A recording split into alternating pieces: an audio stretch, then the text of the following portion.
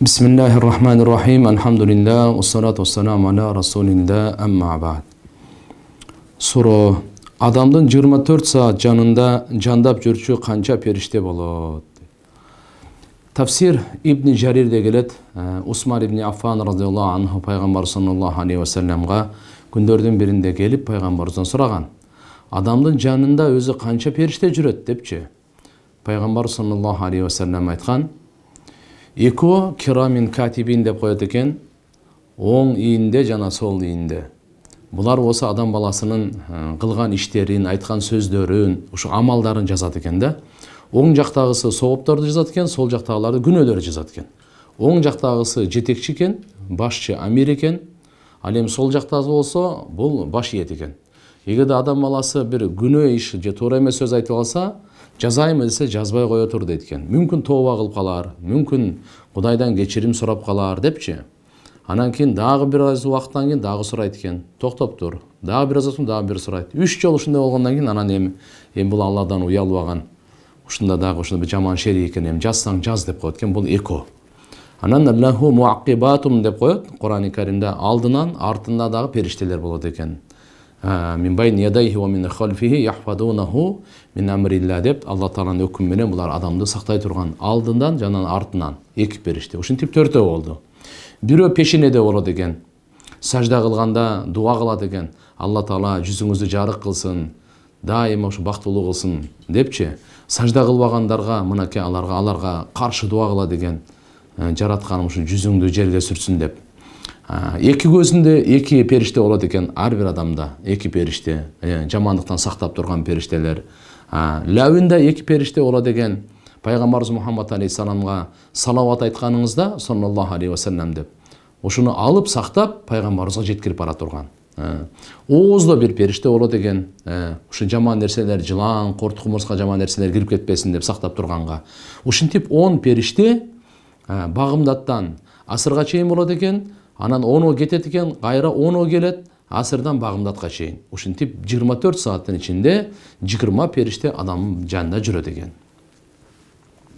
Дүйнөдө төрөлгөн наристелер бар мусулман болот дейт. Капырлардын үйүндө төрөлсө дагы чын ооба Пайгамбар саллаллаху алейхи ва саллям айткан хадисте бар. Ар бир наристе кимдин үйүндө төрөлсүн айырмасы жок. Ал фитратта төрөлөт деген, иманда, исламда мындайча айтканда, эгерде аны тек койсо, ал сөзсүз Алла Тааланын бирдигин, жалгыздыгын, бардыгына ишенген киши болуп чыгат деген сөз да. Албетте жөөттөр аны кайра жөөт кылып алат. Христиандар болсо баланы наристени христиан кылып алат. Мажусилер деп коет, отпарастар. Алар болсо мажусилер, алар өзүнөн эме кылып алат. Ушинтип ар бир наристе төрөлгөндө сөзсүз иманда, исламда, фитратта төрөлөт деген. Бизде таласта фасолго акча таратышат, күзүндө фасол чогултуп алышат. Бул болобу?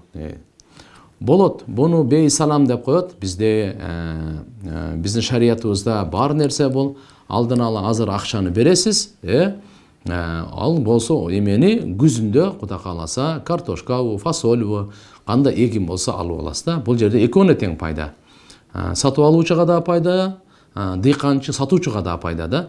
Ошо бейсалам деп коет. Бунун өзү шарттары бар. Имам Абу Ханифа рахматуллахи алейхи айткан шарты ошо 7 бар да. Эң биринчиден эмнеге акча берип атасыз сиз? Фасолго дедиңиз. Хорошо. Фасолго бул дайым болуш керек, чечилиш керек.